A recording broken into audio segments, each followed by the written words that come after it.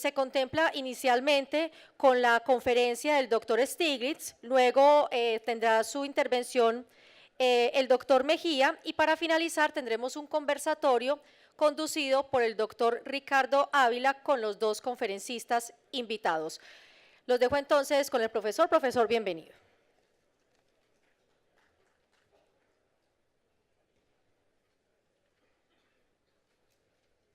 Yo creo que sí aplica aplauso porque es un premio Nobel de Economía que nos honra con su presencia. La presentación.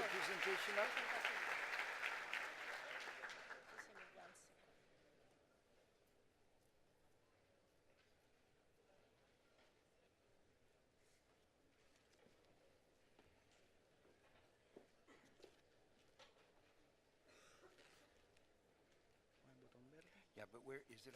Can you? Yeah, I think it is. Yep. Okay. Great. Next. Yeah. Well, good. I can do this. I use this, right? No, Oh. aquí. Oh, okay. This. Okay, fine. Oops. Oops. Wait. Oops. Wait. What happened? Okay. I got it. Okay. Next. Well, it's a real pleasure to be here and to celebrate with you the 60th anniversary. Anniversaries like this, 60th anniversaries, are a time for reflection about what the next 60 years are like. And I'm going to spend some time talking about that. 60 years is actually a very long period. If you think about 60 years ago, it was 1957. A lot has happened since 1957, but one way of framing how big 60 years is to go back the previous 60 years, back to 60 years before 1957. Antes de 1957 era 1897, antes de los carros, los automóviles, los aeroplanos, los aviones, tantas de las innovaciones que hoy nos tomamos en nuestra vida. La razón por la que yo enfatizo esto es que pensamos como en los años recientes como parte de una economía de innovación o innovativa, pero realmente mucha gente piensa que la innovación en los últimos 60 años más bien es más lenta que en los 60 años anteriores, previos a estos 60 años, donde descubrimos tantas maneras como por ejemplo electricidad, que fundamentalmente cambió nuestros estándares de vida. Pero ha habido también grandes cambios. Lo que voy a hacer esta tarde, primero hablar algunos de estos cambios globales grandes, y luego reflexionar un poco sobre algunas de las implicaciones que tienen en Colombia estos cambios y hacer algunas, digamos, afirmaciones en el tema de la construcción. Hubo 6 cambios transformacionales que yo quisiera subrayar hoy, que estarán en el centro de los próximos 60 años. El primero, digamos, el calentamiento global y nuestra respuesta a él. Tenemos que movernos hacia una economía sin carbón. Y cualquier economía que se haya basado en exportaciones de petróleo, eso va a ser fatal.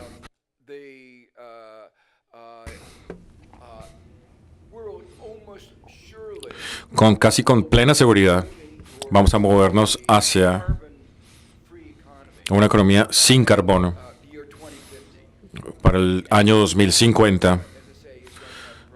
Y esto va a tener implicaciones muy profundas para cualquier economía que tenga que ver con los recursos naturales, que depende de las exportaciones de petróleo fósil. No puedo subrayar lo suficiente esto, manifestación de esto, lo hemos visto ahora en Estados Unidos. con el huracán Harvey. one of the implications of Una de las implicaciones del cambio climático no solamente es el calentamiento global, pero digamos, el incremento en la variabilidad del clima, fenómenos que son sin precedente y extremos. Por ejemplo, digamos, la lluvia que hubo ahorita en Harvey era sin precedentes. Son predecibles y fueron predichos.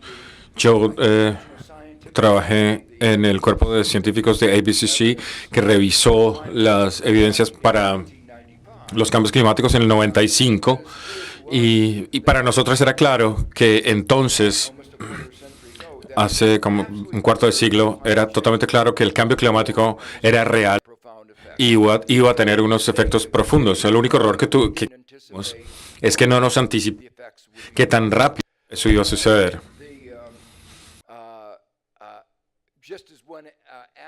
Como uno de los aspectos de esto, no esperábamos la velocidad con la cual, digamos, que toda esta capa ártica se estuviera derritiendo.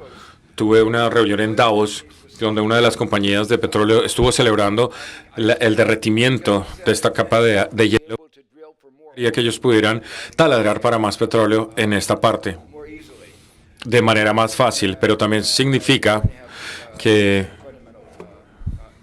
pero va a tener efectos fundamentales. Segundo, en la transición demográfica, que se necesitan un poco por el cambio, como el calentamiento global y por otros factores, y el mundo va moviéndose hasta una demografía estable. Usted no se siente en Colombia, pero en los próximos 60 años usted va a reconocer esto. Partes del mundo ya se han movido a una demografía que declina, como en Japón y muchos de los países en Europa también. Si no fuera por la inmigración, estarían experimentando el decrecimiento de la población. En nuestra economía, la industria de construcción se basa en la expansión de la demografía, pero de hecho, tenemos que reconocer que en los años, cuando usted tenga su propio aniversario 60, la demografía aquí en Colombia va a ser estable, la cantidad de gente, pero diferentes partes del mundo que estén, digamos, experimentando la estabilización de la demografía a diferentes ritmos, esto va a tener consecuencias muy importantes. Una parte del mundo que va a ser muy lenta en estabilizar su demografía es África, del Sub-Sahara. Esto significa que va a haber aún presiones de migración de África, particularmente hacia Europa, hacia las Américas. Eso va a tener efectos de desestabilización. El tercer punto, obvio, que ya está sucediendo, es moverse de una economía de manufactura a de servicio y basada en el conocimiento. Esto es un cambio que es muy importante para los que hacen las políticas, para que lo ataquen, lo tengan en cuenta, porque desafortunadamente en Estados Unidos tenemos gente que realmente no entiende muchas cosas. Y este es tal vez su importante. Él está tratando de volver al pasado. Él quiere revivir, digamos, la minería de carbón en un mundo de cambio climático y revivir la manufactura cuando él no lo va a hacer.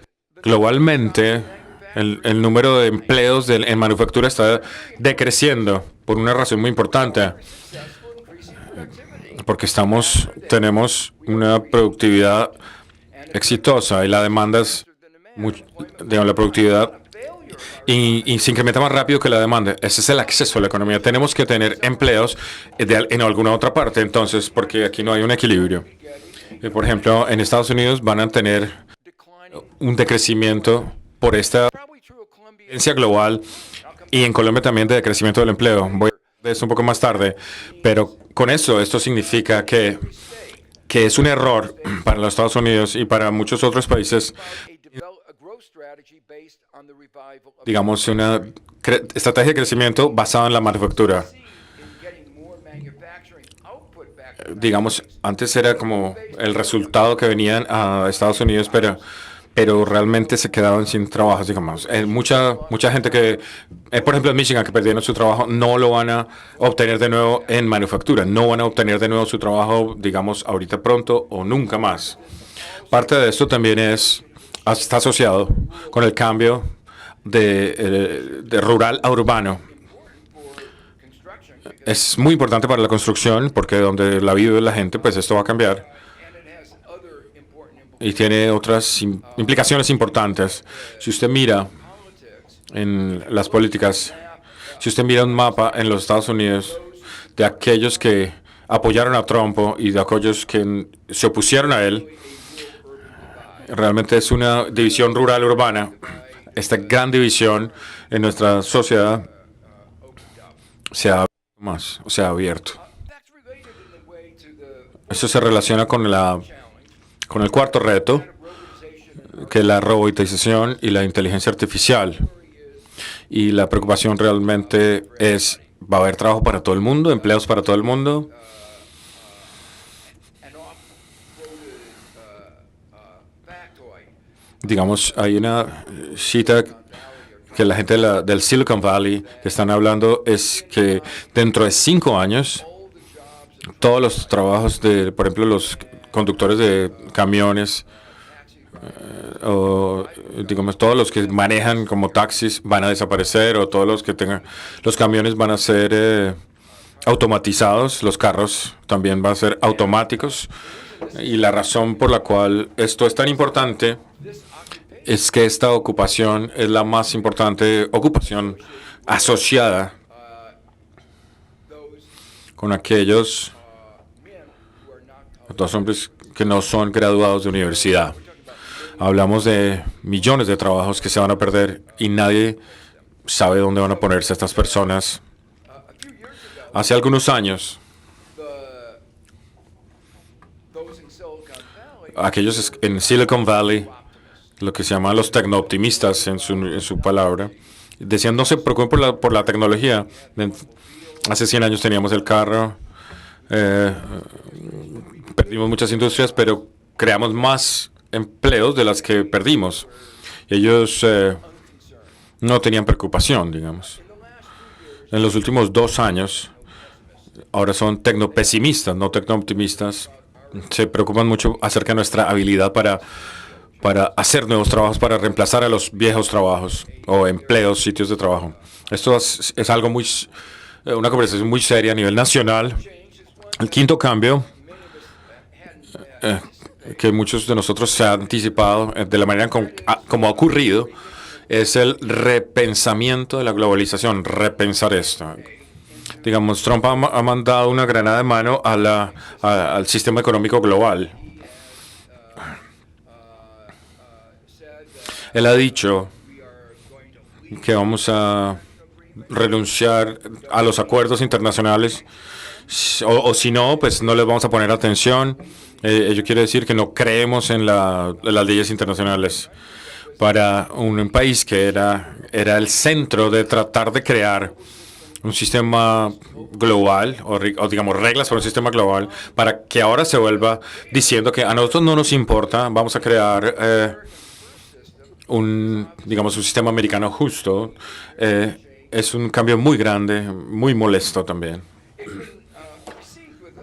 Se ha recibido con algún humor, ¿no? Digamos, también se ha recibido en muchas partes del mundo. I was in Yo estuve en Roma, over the town hall. en el Town Hall. They had making fun of Estaban tratando de burlarse de Trump, de lo que decía, decía primero America first. Y ellos pusieron un gran aviso que decía el planeta primero. Hicieron como un moto burlándose de esta declaración de hacer América grande otra vez. y más bien diciéndole, hagamos el planeta grande otra vez. Así que ha sido una cantidad de chistes, pero en realidad es algo muy serio. Las buenas noticias es que él es, o se ha mostrado más bien como un paper tiger, es decir, como un títere, o como él ladra mucho pero muerde poco. No es por lo que quisiera hacer, pero por su incompetencia sobre todo. Y nuestras instituciones han estado trabajando y lo han detenido antes de hacer otras cosas que él le hubiera gustado hacer. Así que ha sido realmente bastante dramática. Yo tuve reuniones con dos países, un par de países donde él estuvo, dijo que iba a imponer el 35% de tarifas, por ejemplo, contra México y 40% contra China. Y yo tuve reuniones con oficiales de estos países y en diciembre y enero ellos realmente tenían mucho miedo y mucha incertidumbre tenían, pero también estaban muy heridos, particularmente en México. Ustedes pueden imaginarse tener su vecino de al lado diciendo que los mexicanos eran violadores y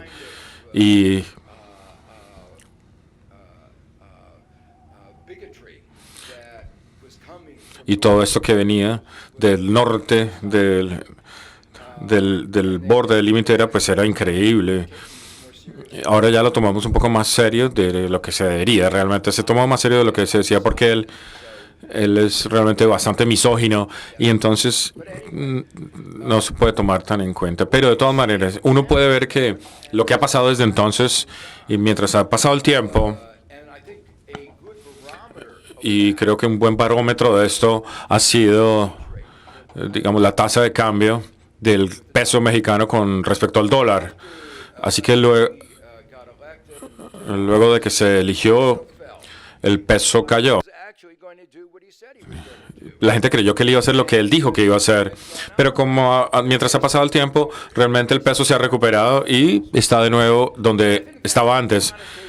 Eso es una medida cuantitativa real de la perspectiva de la gente en la posibilidad de que él realmente lleve a cabo sus amenazas. Eso no quiere decir que sea muy complaciente, muy placentero, que él va a continuar sus negociaciones acerca de qué podemos hablar después de qué va a pasar con NAFTA. Pero lo que sí es claro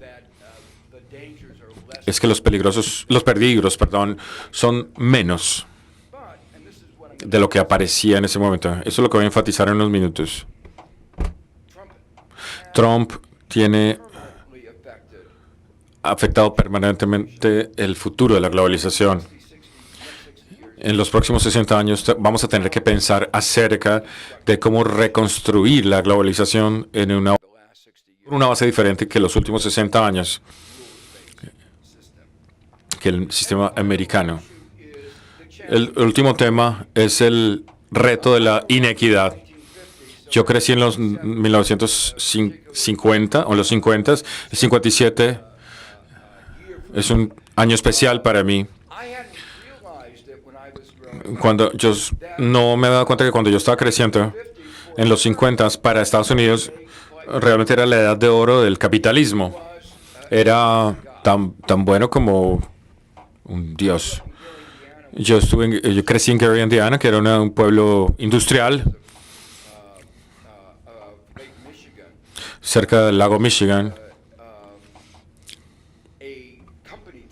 Era como un pueblo de empresas y compañías que se nombró por una persona de la Cámara. Eso era como el estilo, digamos, de este pueblo. Pero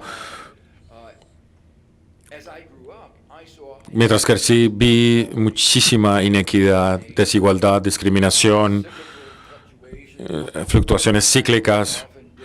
Mi clase no tenía plata para poder comprar cualquier cosa, así que yo no pensaba que fuera tan chévere, tan grande, pero lo que vemos, a la información de lo que vemos ahora, eso era lo mejor que tenía la economía de mercado tenía. Stanislas Kuznick, que también tuvo un premio Nobel por estudiar la desigualdad, anticipó que cuando las economías en los primeros estados de de su desarrollo, la economía crece. Algunos tienen la capacidad más que otros, pero cuando la economía crece, el segundo periodo del desarrollo, el país vuelve a juntarse y cae la igualdad. Y eso pasa mucho en muchos lugares en el mundo.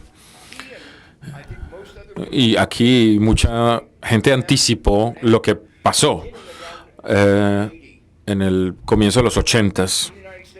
En Estados Unidos y en muchos otros países en el mundo, en el 80 la desigualdad, la inequidad comenzó a crecer y fue masivo este crecimiento. Las estadísticas tratando de capturar esto, por ejemplo, una estadística que decía que le puede dar una visión de lo que pasó en la política americana es que, digamos que las entradas medias de un trabajador de tiempo completo medio, ahora no tenía trabajo de tiempo completo, pero si usted tenía un trabajo de tiempo completo, un hombre en Estados Unidos era, digamos, en promedio, está en el mismo nivel que hace 42 años. Así que usted tiene una, digamos, medio siglo de esta. Y el país le pone mucho énfasis en el éxito material y en la creencia de que cada generación va a ser mejor que la anterior. Y tiene, digamos, esta parada por medio siglo. Obviamente tiene que nacer aquí la ira, la rabia. Si usted ve el 1% superior, todo el crecimiento de nuestra economía va al primer 1%, al 10%, pero si ve el resto del 90%, su promedio está detenido por los últimos 3 décadas, está igual, digamos. Así que, objetivamente, mirar la información de los Estados Unidos, uno tiene que concluir que la economía de mercado ha fallado o ha hecho fracasar a la mayoría de nuestros ciudadanos. Otra estadística que le puede dar como un sabor o dos del sabor, yo no quiero decir mucho cómo están de mal las cosas, pero por lo menos saber un poquito cuáles son las dificultades reales. A la parte de abajo, el real salario, mínimo salario, antes de la inflación, está básicamente al mismo nivel de lo que estaba hace 60 años. Al mismo tiempo que la asociación estaba comenzando, el salario está igual que ahora. Cuando yo hablo de esto en China, ellos no lo pueden creer, porque hace 60 años ellos eran, digamos, un crecimiento muy pobre de $150 por cabeza, y para ellos 60 años es una eternidad. Y para decir esto, que en 60 años nada ha cambiado, para ellos es increíble esto. Un segundo número, voy a hacerle 3. El segundo número que encapsula, digamos, el grado de desigualdad.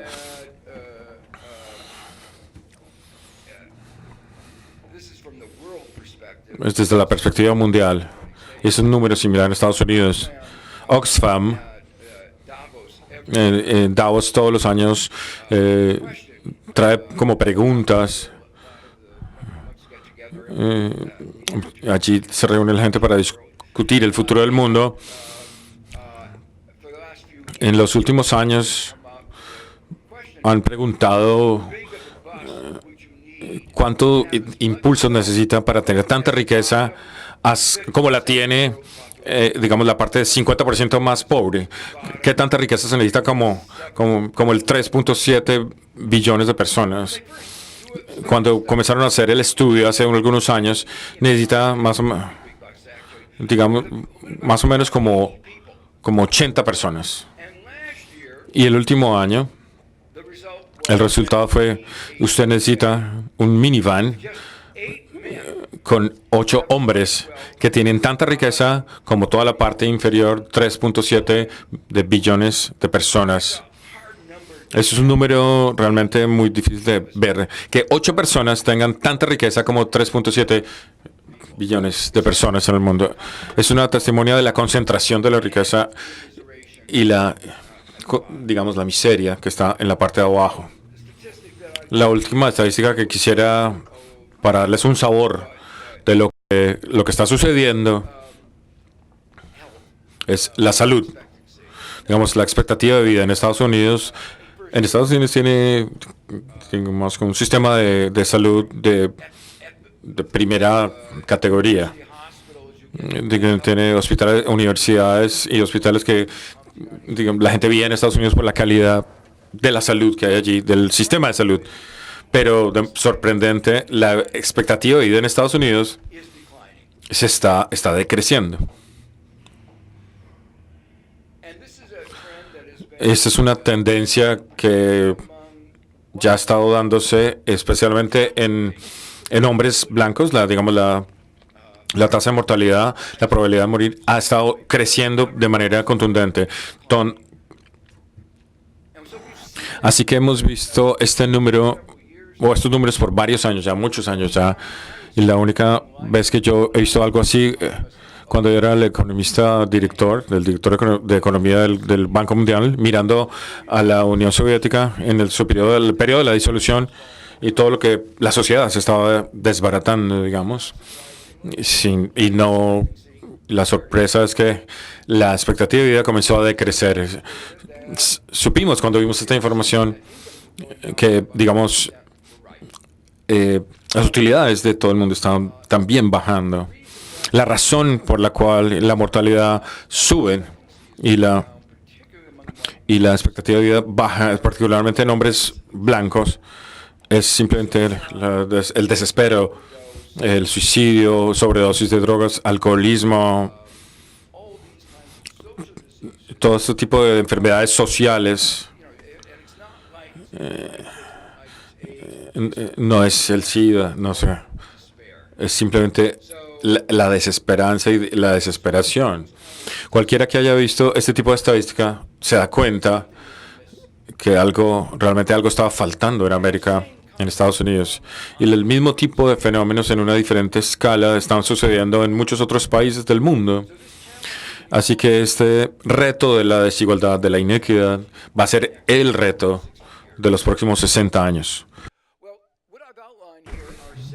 En estos esquemas hay 6 puntos de transición, pero quisiera enfatizar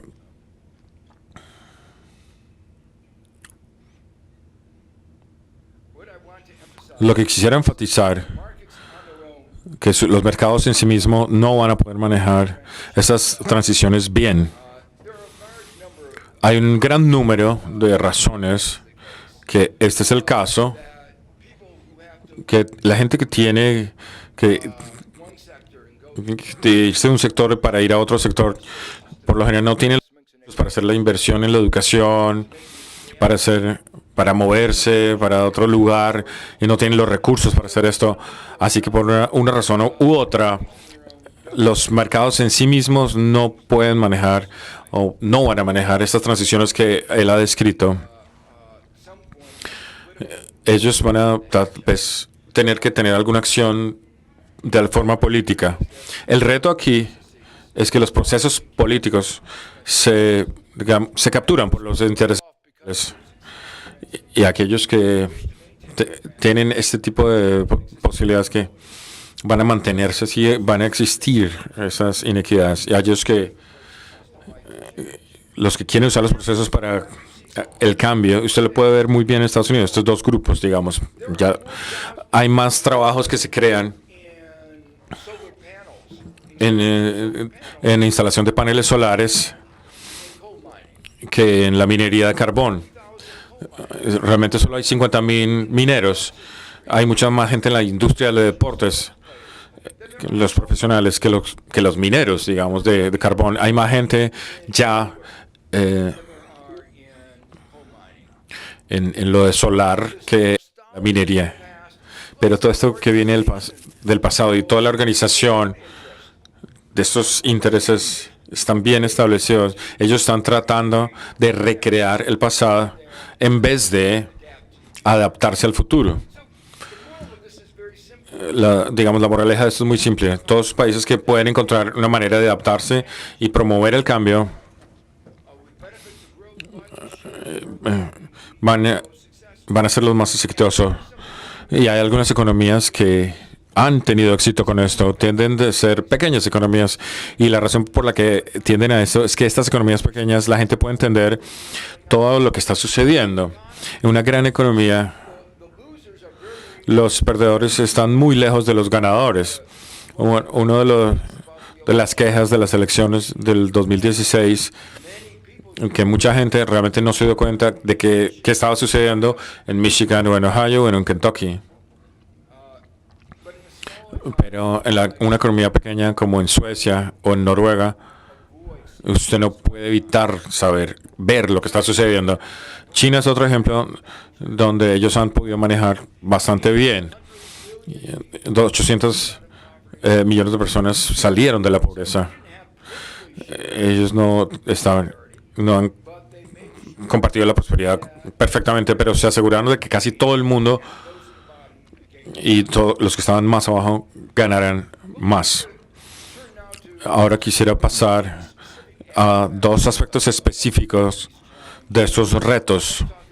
Yo quisiera hablar dos en particular: tecnología y desigualdad y globalización y cómo están relacionados. La nueva economía de las nuevas tecnologías va a presentar algunos retos. Un aspecto de lo que nos las tenemos que ver ahora, cada vez más difícil, que las nuevas tecnologías están dominadas por 5 firmas americanas. Hay, digamos, algunas barreras para entrar allí, pero esto ha dado nacimiento a una gran desigualdad y eso está contribuyendo todo a este tipo de economía. Es mejor darse cuenta que todos los valores en, digamos, la bolsa de valores está asociado con estas compañías. Cuando la gente dice que la bolsa de valores está haciendo muy bien, lo que realmente están diciendo es que estas 5 compañías les está yendo bien. Y unas otras, pocas otras, pero la mayoría del resto del mercado no le está yendo espectacularmente bien en absoluto. Digamos, las economías de éxito están realmente en una banda muy estrecha. ¿Y por qué esto es tan importante? Una de las razones pues se puede ilustrar al mirar, por ejemplo, a Apple. Apple es una compañía con la capitalización más grande del mundo. Digamos, es más grande que GM, que General Motors, que nunca le fue a dar más. Pero si usted mira a Apple en términos de creación de empleos, la gente miró la información hace unos años y había solamente 50,000 puestos americanos, de los cuales 20,000 eran bien pagados o pagados altamente, como ingenieros y gerentes que diseñaban, y 30,000 eran pagados muy pobremente, digamos, gente de ventas en los puntos de venta y simplemente ganaban el salario mínimo.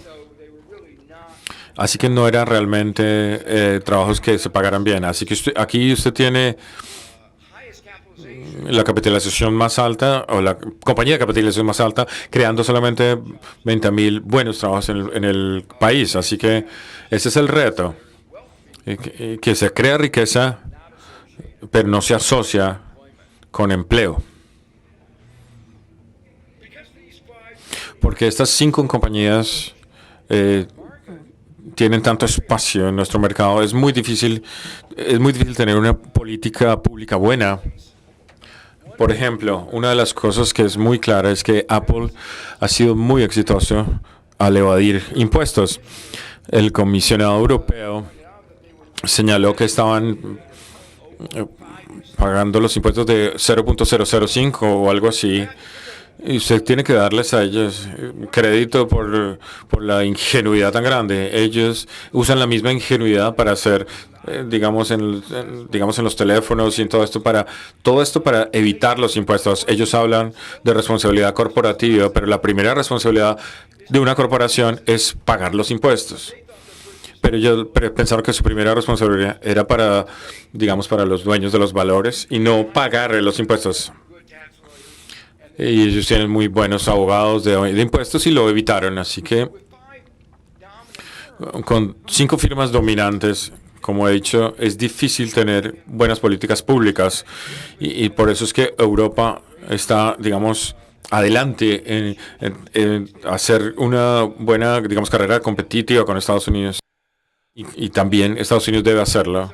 Estas nuevas economías también se presentan retos al resto de la economía porque se transforman toda la estructura económica. Por ejemplo, Amazon, el mercado online, están destruyendo, digamos, los puntos de venta o ese sector.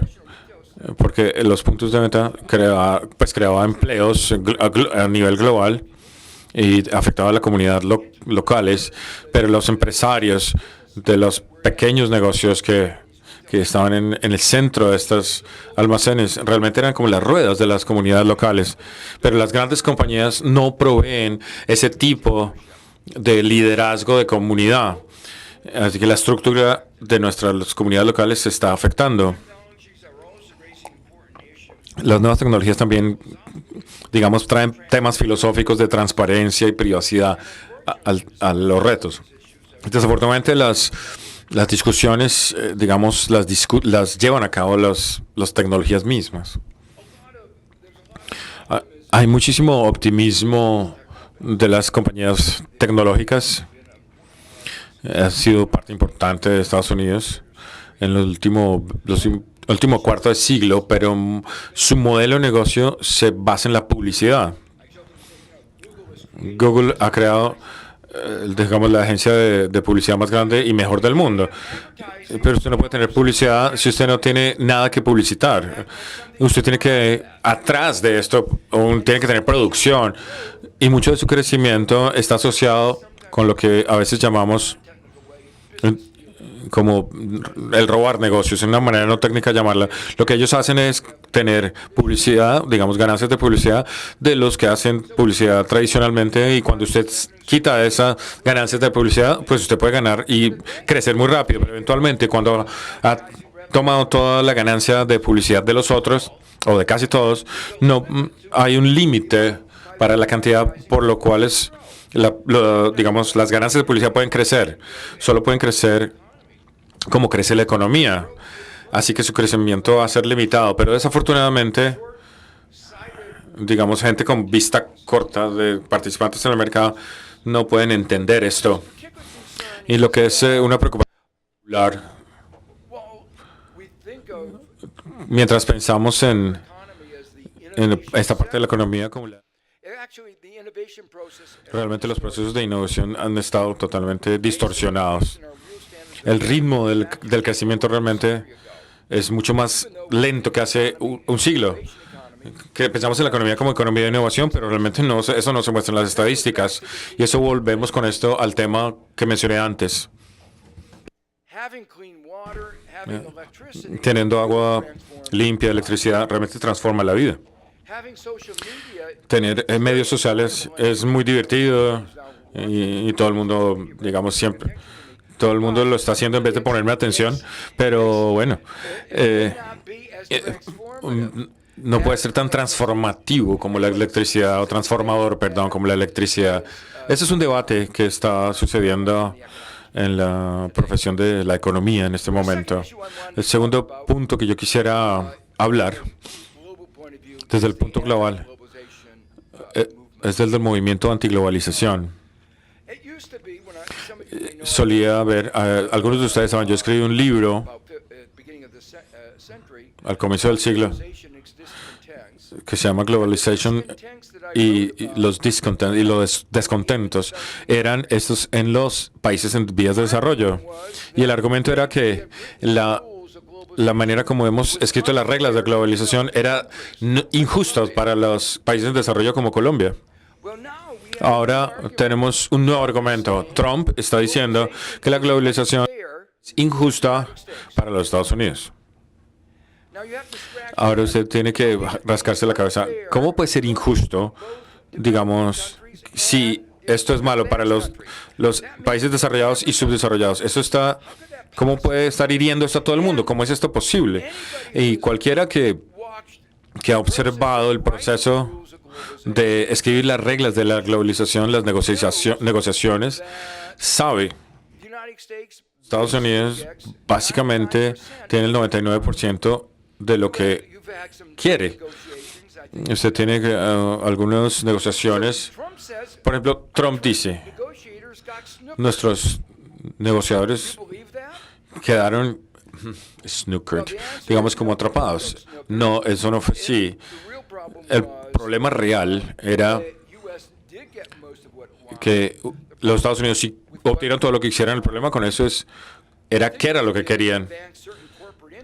Digamos, con los intereses corporativos, unos de esos intereses era debilitar el poder económico de los trabajadores. La globalización ha contribuido a que los trabajadores sean mucho más suaves, digamos. Es uno de los factores, no todos los factores. La tecnología también ha jugado un factor muy importante acá, pero sí, la globalización, aún sin tecnología, habría tenido este efecto adverso. No tenía que ser de esa manera.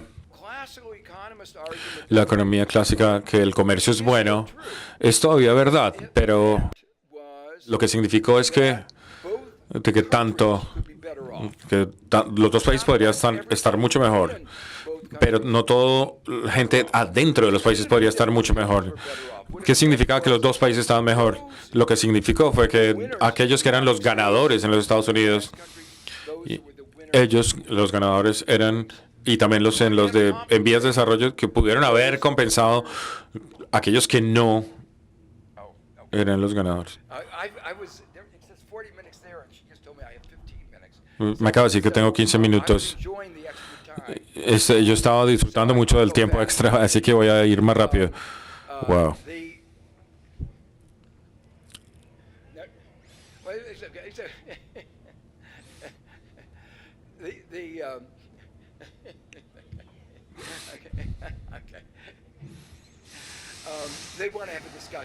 Quieren tener una discusión.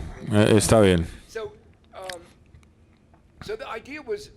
La idea era que los ganadores pudieron haber compensado a los perdedores, pero con todo el país, algunos eran los grandes ganadores y hubieran podido haber compensado a los perdedores, pero lo pudieron haber hecho, pero no lo hicieron. Y el resultado de esto fue que hubo alguna gente, particularmente los trabajadores en Estados Unidos, la gente que tiene que tener acceso a las medicinas y en todo el mundo, todos estos eran los perdedores. Así que, ¿cómo podemos mirar lo que puede pasar como el resultado de Trump y su antiglobalización? Tenemos que primero pensar es que la mayoría de las promesas de Trump no se van a cumplir en esta área, en todas las áreas. El tema de NAFTA y de la WTO va a requerir más Congreso. El presidente solo no puede hacer eso. Esa es la ventaja de que hay un estado de ley, digamos. Él quisiera irse, pero eso tiene que tenerlo primero el Congreso. Eso realmente, esto parece como una falta de principios en la parte del Partido Republicano. Es importante ver que en NAFTA se negoció por un republicano, George Bush, y abrió los mercados, digamos, dentro de la plataforma tradicional del Partido de la República. La idea era conseguir suficientes votos para salir de la WTO y NAFTA. Esto realmente es imposible, está cerca de ser siendo restos de esto, de lo que llamamos, digamos, haga la acción, vote la acción, hacer todas estas cosas son menores comparadas con las grandes amenazas que él hace. Una de las cosas de las que cuando dijo su gran discurso era que América iba a hacer su propio interés, su autointerés, lo dijo de una manera muy agresiva. Cualquiera que haya visto a Estados Unidos por mucho tiempo, como yo, por ejemplo, se da cuenta que Estados Unidos siempre ha buscado su propio interés. Eso no era nuevo, pero había una diferencia. Siempre ha lo que ha pensado que era su propio interés. Y la estabilidad económica está en el interés de los Estados Unidos, por ejemplo. Eso ha sido, digamos, la piedra militar de la política americana desde la Segunda Guerra Mundial, en la creencia de que un mundo próspero va a ser mejor para los Estados Unidos. Que, y no es como un juego. Trump, él ve digamos, como una zona cero, digamos, él ve como es como un juego de Trump. Digamos, es una suma positiva. Si ellos crecen, nosotros también crecemos y los dos nos beneficiamos. Desafortunadamente, la manera en la que él está, digamos, persiguiendo o haciendo la antiglobalización es, digamos, negativa. Todos, inclusive, va a ser negativo para los que votaron por él. Pero como dije, la globalización bien manejada es positiva también. Hay consecuencias si Trump falla completamente. Digamos, el daño es a largo plazo. Desde la Segunda Guerra Mundial nos hemos movido a una guerra sin fronteras. Hay un argumento muy fuerte de los beneficios de esto. Digamos, los clases emergentes, las economías emergentes, nosotros también nos hemos beneficiado de esto. Pero como dijo Trump, o lo que ha dicho Trump, los límites, las fronteras sí importan, que los Estados Unidos en cualquier momento o cualquier otro país puede elegir un presidente que puede poner barreras en todas partes. Eso tiene mucha implicación para, digamos, las cadenas de surtido globalmente, para poder, digamos, confiar y depender de otros en alimento y energía. La política americana está rota también. Va a ser muy difícil conseguir cooperación, confianza en diferentes grupos en el mundo. Aun cuando hay un periodo donde ya no esté Trump y no haya hecho lo que amenazó, va a ser difícil. Lo que tenemos es una sociedad dividida con un alto nivel de desigualdad y que pareciera que fuera a crecer aún mucho más. Eso es un mensaje importante, digamos, para todos los países. Y ahora voy a tratar de las implicaciones para Colombia. Pero antes de esto, quisiera hablar muy rápido, digamos, los prospectos económicos globales a corto plazo. Una observación que quisiera hacer es que la macroeconomía global está más bien va a ser débil. Se llama la nueva mediocre. Hay algunos dicen, bueno, noticias, el primer momento en mucho tiempo, desde el 2010, donde una gran fracción de los países desarrollados está creciendo, pero todos están creciendo de una manera muy débil. El problema de fondo es que esta demanda, digamos, debajo de esto, hay también mucha pobreza en muchos países. Todo el mundo está, la austeridad, digamos, en muchos países, aún en Estados Unidos. Allí también hay el número de empleados en el sector público es mucho menos que en el 2008, antes de la crisis. Así que hemos contratado el sector público y eso está bajando nuestra economía, haciéndola más lenta. La crisis europea también continúa de manera extemporánea, pero va a volver. Cualquiera que cree que la crisis de Grecia ya se terminó, vamos a ver que va a reemerger en los próximos 2 años. Y también hay una bajada en China. Hay un patrón repetido del poco crecimiento por, digamos, desilusión. Este patrón va a continuar. Para un país como Colombia, la implicación es, digamos, que los precios de productos tan débiles en el mundo va a continuar. Va a haber un poquito de mejora, pero todavía van a mantenerse básicamente débiles. La implicación de esto es que es importante para que Colombia comience a pensar acerca del largo plazo imperativo para diversificar la economía con retos del siglo XXI, las transformaciones que yo he descrito antes. Así que déjeme hablar ahora de lo que yo creo de algunas lecciones importantes para el resto del mundo, desde la experiencia de Estados Unidos, incluyendo Colombia. Simplemente hay dos, quiero subrayar. Digamos, un país que ignora el bienestar de grandes fracciones de los ciudadanos realmente está muy mal. O sea, trickle down economics, eso quiere decir como tratar de jugar con la economía no funciona. Tiene que compartir la prosperidad, y estas desigualdades o inequidades le dan problemas sociales y políticos que hemos visto tan claramente. Y lo que sabemos ahora es que no es un tema moral solamente, pero el tema de la desigualdad y lo económico van de la mano. Eso es uno de los mensajes que yo quisiera decir en el mundo. Esto es particularmente para Colombia porque la desigualdad es uno de los retos más grandes aquí en Colombia, uno de los países en el mundo donde hay una tasa más alta de desigualdad. Y también hay mucha falta de sensibilidad con esto. Así que eso tiene que ser construida, digamos, dentro de la estrategia. Un aspecto donde Colombia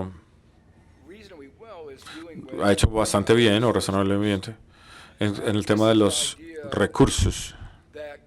Es una idea, cuando hay abundancia de recursos en promedio, países como Colombia crecen más lentamente y tienen más inestabilidad con temas políticos y con un alto nivel de desigualdad. Y no es tan sorprendente, se puede ver como todo el país en conjunto, y el beneficio tiene que ser para los que necesitan más. Mientras que esto es un patrón que uno ve en la mayoría de países de recursos naturales, estos efectos adversos no son inevitables. Hay algunos países que lo han podido manejar para que la economía de recursos sean las bendiciones que deberían ser. Y el ejemplo obvio es Noruega. Es de cómo de no tener recursos naturales en Suiza, por ejemplo. No tenían recursos, así que no tenían que hacer nada más sino invertir en la gente, no podían hacer nada más. Aquí hay un país que no tiene nada de ventajas naturales o de naturaleza, digamos. Lo único que podía hacer era mirarse a sí mismo, y tuvieron éxito al hacerlo. Así que eso es un ejemplo de un país que se forzó o tuvo que hacer esto y lo hizo muy bien. Noruega, que tiene muchos recursos naturales, pero lo hizo para su ventaja. Ellos invirtieron en la gente, y el primer ministro me dijo, dijimos, tenemos mucha más retorno de la inversión de nuestra inversión en la mujer que lo que hacíamos antes. Hemos reinvertido mucho del dinero del petróleo para asegurarse de que hubiera igualdad en la educación, y esas inversiones han tenido grandes retornos económicos. Hay un momento particular para Colombia, y es el acuerdo de paz. Estos, digamos, retos sin precedentes y oportunidades. Por fin se ha resuelto este conflicto. Digamos, estos conflictos tienen consecuencias políticas y sociales enormes, y una de las cosas que yo siempre me ha impresionado es que tan fuerte ha sido la economía colombiana a pesar del conflicto. Se ha impuesto de todas maneras así el proceso de paz. Se maneja, va a haber un dividendo de paz muy grande. Asegurar la paz va a imponer, digamos, un costo fiscal. Así que mi análisis dice que el gobierno no solo tiene que ser fuerte con esto, también puede y va a fortalecer la economía con esto. Hay unos retos con cualquier sociedad en posconflicto. La reintegración de los soldados, de los guerrillas, en este caso, encontrar empleo para eso. Yo vi un video que ustedes tienen ayer en la tarde acerca de los intentos para reintegrar al trabajo a estas personas. Realmente algo muy conmovedor. e impresionante. The fact that El hecho de que the conflict had el conflicto imposed enormous que se ha, distortions of the economy. pues ha impuesto muchas distorsiones en la economía que se pueden rectificar, pero como un reto social más amplio, pueden ser la oportunidad de hacer cohesión social. Pressing current economic challenges. Y estos son los retos económicos actuales, pero yo creo que asegurar esto para, digamos, para el proceso de paz debe ser la prioridad, porque ellos tienen los mejores retornos económicos y pueden fortalecer la macroeconomía. Un aspecto The macro de la macroeconomía de Colombia es que ustedes, because of your natural resources, por sus recursos naturales, very strong cyclical patterns. ustedes son de patrones cíclicos muy fuertes. Desafortunadamente, digamos, el seguimiento en la política fiscal tradicionalmente ha sido procíclica. Así que cuando los precios de los commodities caen, ustedes se amarran más y esto debilita la economía aún más. En vez de tener lo que un proceso de estabilización que le permite a usted tener una macroeconomía contracíclica, una política contracíclica de macroeconomía. Y una vez que usted haga esto, y hay maneras, digamos, de hacerlo, incluyendo invirtiendo en el proceso de paz. Lo bueno es que las políticas monetarias que también eran procíclicas parece que están dando la vuelta y están creando un marco más estable. Podemos tener que de esta discusión. Quiero mencionar que una de las cosas que me ha preocupado el incremento en el rate VAT, en la tarifa VAT, que que antes era contraccional y ahora no es, digamos, el sistema de impuestos no es el más progresivo. Así que han hecho lo que la economía es hoy y es muy débil. Y eso es como un rango para expandir. Esto es para a corto plazo. Quiero hablar a largo plazo. Yo comienzo como hay bastantes retos que están en el mundo, enfrentando el mundo.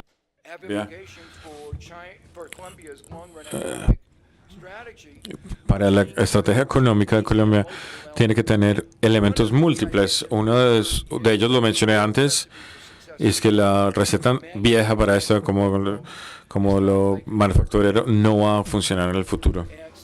Así que lo que se necesita ahora es una estrategia que involucre muchas cosas, manufactura también, pero de maneras particulares. Agricultura, también petróleo y minería serán importantes todavía, pero algo muy importante de modelar la economía es el sector de los servicios.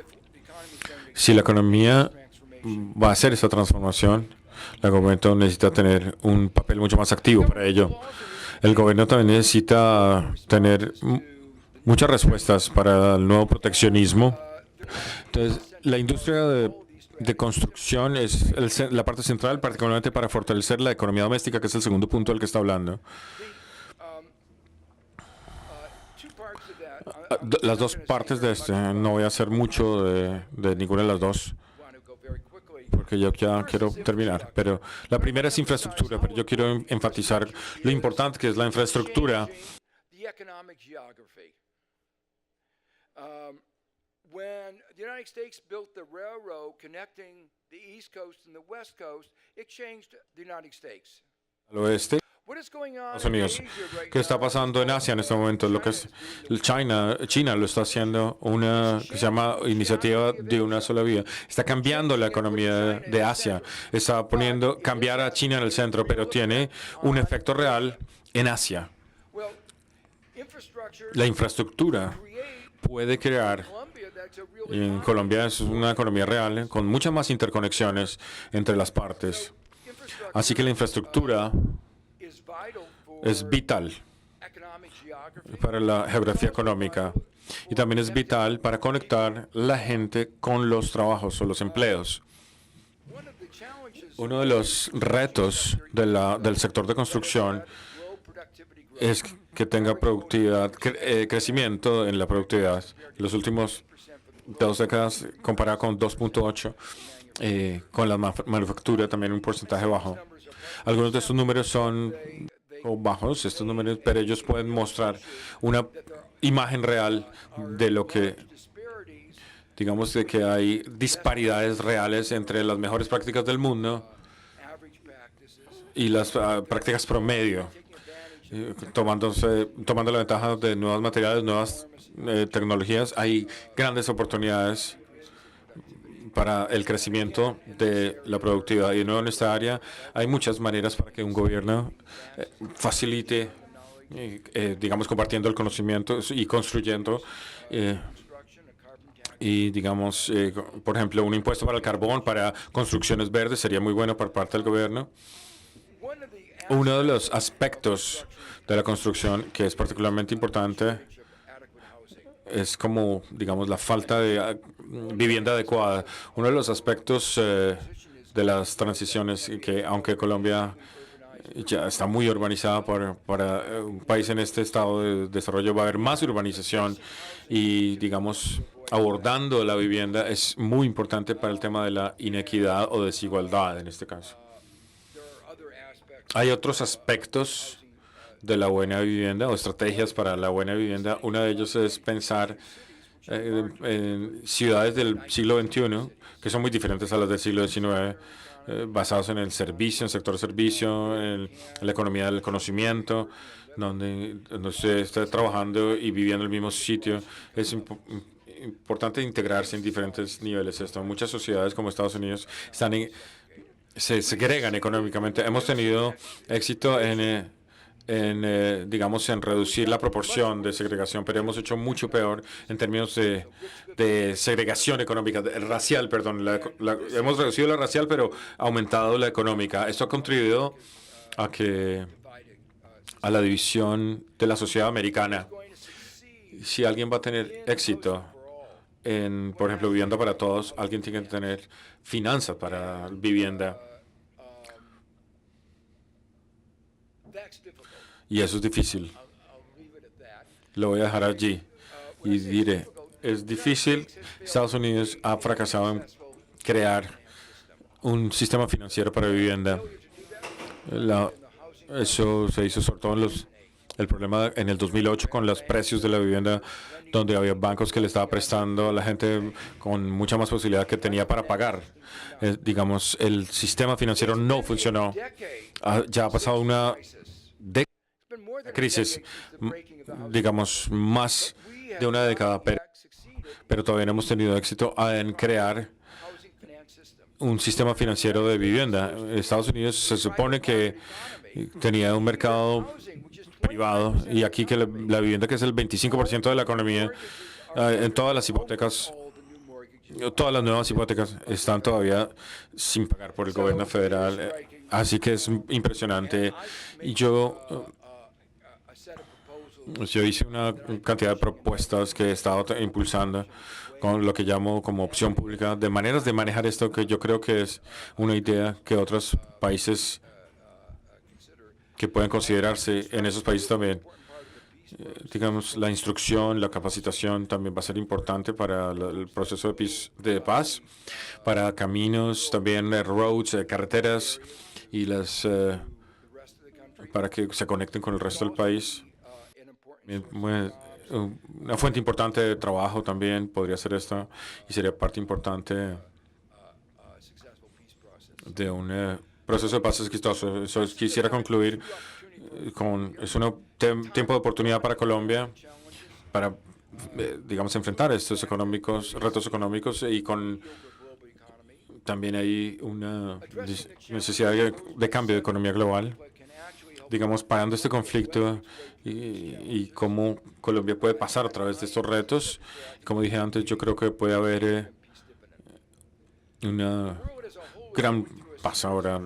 Digamos, hay unas transformaciones cruciales en el mundo entero, y como Colombia responda tanto a los de corto plazo y a los de largo plazo, estos retos, tiene que tener en mente que hay estas fuerzas, incluyendo moviéndose a una economía de bajo carbón,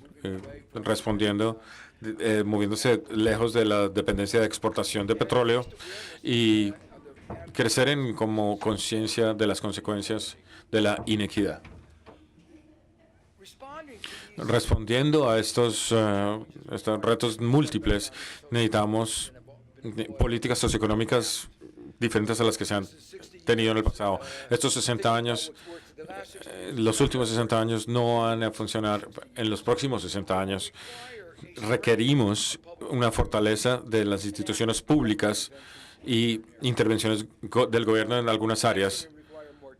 También requerimos mucha más confianza y es un tiempo muy difícil en el mundo para confiar en el gobierno. La industria de construcción tiene que responder tanto a los retos en el corto plazo y largo plazo. Yo creo que el éxito para tener esfuerzos mucho más grandes para la productividad y todos los que, digamos, lo que proveen finanzas para la vivienda. Yo espero que esta conferencia les haya dado algunas visiones de cómo se ven estas políticas y el papel que el sector de construcción puede hacer en el futuro de Colombia. Gracias.